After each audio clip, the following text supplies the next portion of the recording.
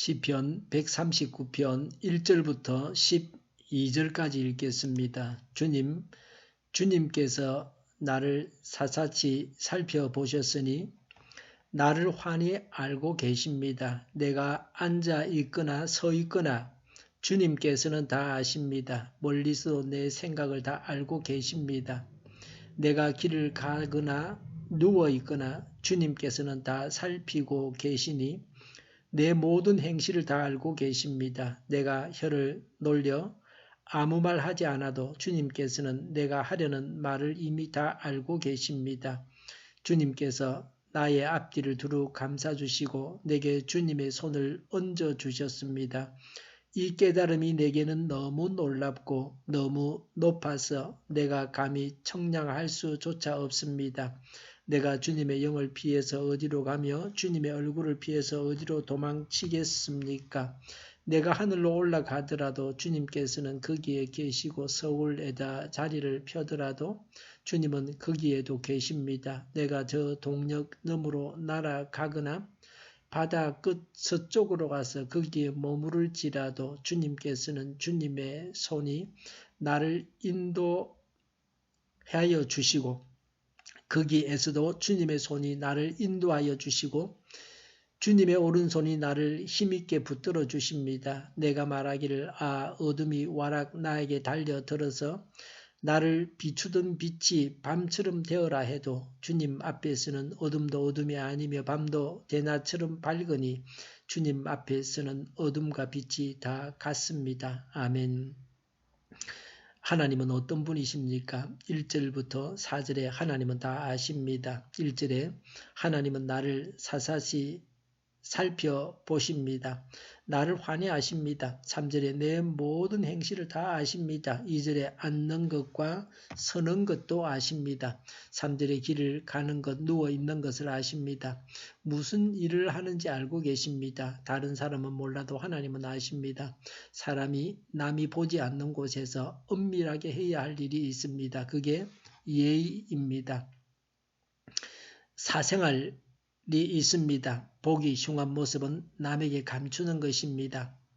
그러나 은밀한 일도 하나님은 다 알고 계신다는 것을 알아야 합니다. 사람의 속의 생각은 다 남은 모릅니다.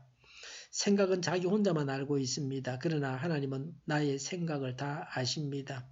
2절에 하나님은 멀리서도 내 생각을 다 알고 계신다고 했습니다. 내 생각이 중생한 사람다운 생각이어야 합니다. 언제나 하나님 앞에서 행해야 합니다. 은밀한 곳에서는 하나님도 계시지 않는 것처럼 살아가서는 안 됩니다. 4절에 하나님은 내가 말하기 전에도 내가 무슨 말을 하려는지 다 아십니다. 내일 장래에 대해서도 하나님은 다 아십니다. 지금은 내가 이것을 요구하지만 내일이 되면 바뀌어져서 다른 것을 요구할 것도 아십니다. 사람의 생각이 바뀌기도 하고 형편이 달라져서 다른 것을 요구하기도 합니다. 나 자신에 대해서 내가 알지 못하는 것까지도 하나님은 다 아십니다. 하나님을 제대로 알아야 합니다. 하나님까지 속이려고 해서는 안 됩니다. 하나님도 모르실 거야 라고 해서는 안 됩니다. 7절부터 10절에 하나님은 어디나 계십니다. 하나님께서 영향을 미칠 수 없는 곳은 없습니다. 온 우주가 하나님께서 일하시는 곳입니다. 그래서 7절에 하나님을 피해서 도망갈 수 없습니다. 11절, 12절에 어둠 속에 숨어도 소용이 없습니다. 어둠 속에 있어도 하나님은 다 보시고 아십니다. 하나님을 피해서 도망치지 말고 하나님의 품에 안겨야 합니다. 회개하고 하나님께로 돌아가야 합니다. 그렇게 하는 것이 지혜입니다. 가장 고통을 적게 받는 방법입니다. 어느 날 밤에 한 사람이 자기 아들과 같이 바람을 쐬러 들러 나갔다가 토마토가 탐스럽게 열린 것을 봤습니다. 하도 먹고 싶어서 아버지는 아들에게 망을 보라고 했습니다.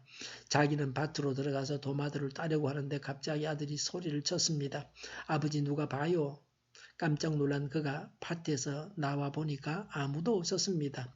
누가 보느냐 아무도 없는데 그는 다시 밭으로 들어갔고 막 도마도를 따려고 하는 순간 아들이 또 누가 보고 있다고 소리쳤습니다. 그러기를 몇 번 반복하자 아버지는 화가 나서 아무도 없는데 도대체 누가 본다는 거야?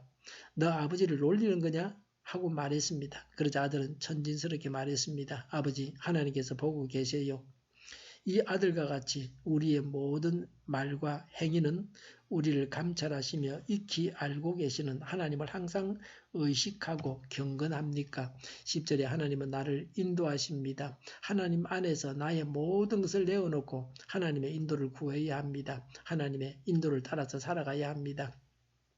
10절에 주님은 나를 힘있게 붙들어 주십니다. 힘없이 붙들면 낭패를 당할 수 있습니다. 그러나 하나님은 강한 힘으로 붙들어 주십니다. 그래서 안전하고 승리합니다. 주님께서 붙들어 주심을 믿고 하나님 안에서 안식해야 합니다. 나는 어떤 존재입니까? 5절에 하나님께서 나의 앞뒤를 두루 감싸 주시고 나에게 손을 얹어 주셨다는 것은 하나님의 섭리의 손길 안에 있다는 것입니다. 6절에 너무 놀라서 내가 감히 청량할 수 없습니다라고 했습니다. 그래서 오직 감사뿐입니다. 나쁜 일을 당해도 감사할 뿐입니다. 지금은 나쁜 일이지만 그것이 좋은 일이 되기도 합니다. 더 큰 불행을 막아주기도 합니다. 그래서 사람이 단정적으로 말해서는 안 됩니다. 앞으로 어떤 일이 일어날지 모릅니다. 새옹지마입니다. 화가 복이 되고 복이 화가 되기도 합니다. 나쁜 일에도 좋은 점이 있고 좋은 일에도 나쁜 점이 있습니다. 하나님 안에서 나의 모든 것을 내어놓아야 합니다. 하나님의 인도를 구하고 하나님의 인도를 구해야 합니다. 하나님께서 강하게 붙들어 주심을 믿고 하나님 안에서 안식해야 합니다. 기도하겠습니다. 하나님 안에서 저희의 모든 것을 내어놓습니다. 하나님의 인도를 구합니다. 하나님께서 강하게 붙들어 주심을 믿게 하시고 하나님 안에서 안식하게 하여 주시옵소서. 정의가 강물처럼 흘러가는 나라와 사회가 되게 하여 주시옵소서. 코로나19가 소멸되게 하여 주시옵소서. 피해가 많은 지역들을 주님께서 보살펴 주시옵소서. 의료진들이 감염되지 않게 하시고 병원이 감염되는 일들이 없게 하여 주시옵소서. 노약자들을 보호하여 주시옵소서. 우리 독립교회가 만군은집하게 하여 주시옵소서. 예수 이름을 명하노니 모든 병만은 물러가고 몸의 모든 부분들을 온전하게 될지어다. 신유의 기적을 베푸셔서 지금도 저희의 질병을 고쳐주시옵소서. 저희와 교회와 이 나라의 민족을 불쌍히 여겨 주시옵소서. 하나님이 기뻐하시는 나라가 되게 하여 주시옵소서. 모든 결정을 하나님께서 기뻐하시는 그런 나라가 되게 하여 주시옵소서. 오늘도 하나님 안에서 차고 넘치는 삶, 복된 삶을 살게 하여 주시옵소서. 감사와 찬양을 주님께 돌려드리며 예수님의 이름으로 기도하옵나이다. 아멘.